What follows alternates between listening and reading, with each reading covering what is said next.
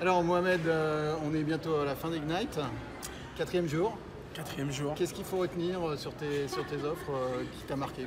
Donc moi je vais vous parler un peu plus précisément des nouvelles offres autour de Azure, plutôt des nouveaux services. Un peu aussi sur le modern desktop et le modern deployment, parce que ça a été aussi, je pense, c'est les deux gros, on va dire, sujets majeurs avec l'IA.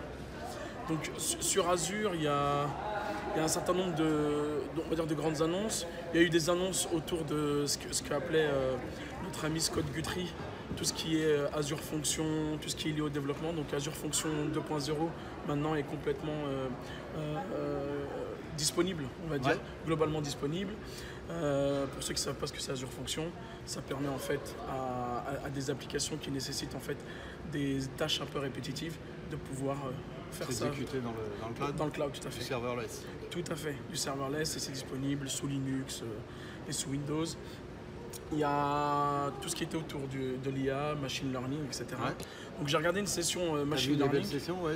Il y avait une session machine learning.net. Donc il y a un framework maintenant 0.6 qui est en preview. Je pense que c'est de plus en plus mature. On arrive maintenant à avoir quelque chose d'assez simple, même pour quelqu'un qui n'a pas développé depuis longtemps, qui puisse se remettre un peu. Parce que quand on part sur du JavaScript ou on part sur d'autres langages, c'est un peu compliqué. En .NET, on a vraiment des choses assez intéressantes. Après, côté réseau, il y a aussi un certain nombre de nouvelles annonces. Donc tout ce qui est Azure Firewall, Azure One, etc. Maintenant, c'est aussi disponible assez globalement. Il y a Azure Data Explorer. Ça, c'est énorme. Moi, j'ai vu une session où il y a des millions et des millions de données. Ça, c'est vraiment extraordinaire. On peut rechercher des données assez très rapidement. On peut combiner un certain nombre de données qui viennent un peu de partout. Il y a aussi Azure Front Door. Tout le monde l'attend, celui-ci. C'est toute la partie load balancing, gestion, on va dire, du trafic, etc. Donc ça, maintenant aussi, c'est globalement disponible. D'accord.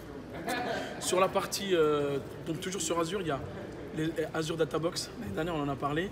Il y avait une première boîte. Maintenant, on peut gérer du péta. On peut facilement migrer du pétaoctet.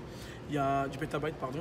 Il y a aussi Azure Disk qui a été complètement amélioré. L'Azure Databox qui a été amélioré aussi.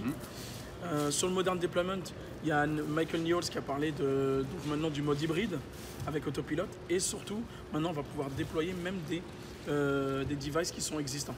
C'est-à-dire qu'on est Autopilot, c'était déployer des devices qui venaient de chez des constructeurs OEM. Maintenant, même des PC existants chez le client, qui sont déjà existants, on va pouvoir les redéployer et faire en sorte de les faire fonctionner. Donc voilà, globalement, je pense que le leitmotiv de cette année, c'était l'hybride. On rassure un peu les clients en leur disant il n'y a pas que le cloud, on peut gérer de l'hybride. Hakim en a parlé sur Exchange, sur SharePoint, tu vas en parler. Il y a l'IA. L'IA, il y a énormément d'initiatives autour de l'IA. Microsoft, on voit qu'ils mettent les moyens là-dessus. Donc voilà, c'est vraiment intéressant et je pense que c'est un très bel Ignite. J'ai préféré celui de l'année dernière aussi. Mais j'espère que le prochain sera encore bien meilleur. Riche. Voilà. Merci beaucoup, Patrick. Merci. Merci à tous. Au revoir.